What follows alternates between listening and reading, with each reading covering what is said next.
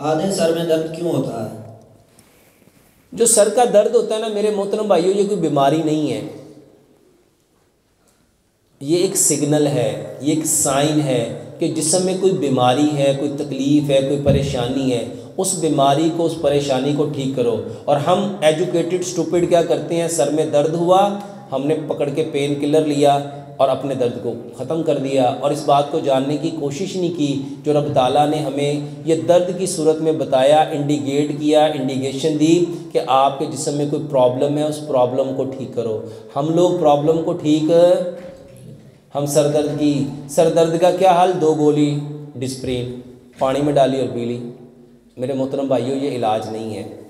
सबसे पहले ये जानने की कोशिश करो कि सर दर्द किस वजह से हो रहा है, उस वजह को ढूंढोगे, तलाश करोगे तो इंशाल्लाह। और इसीलिए मैं सर दर्द का जो बेहतरीन इलाज बताता हूँ, मैं कहता हूँ लंबा सजदा करो, लंबा सजदा करो। और बेशुमार लोगों ने बताया डॉक्टर साहब अल्हम्दुलिल्लाह जब से सजदा करें सर दर्द ठीक हो गया है।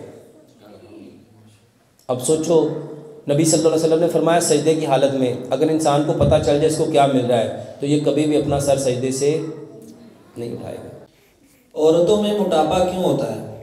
वो बातें सबसे ज़्यादा करती हैं। पाँव से स्मेल बहुत आती है, सफाई का बहुत ख्याल रखते हैं, इलाज बता दें।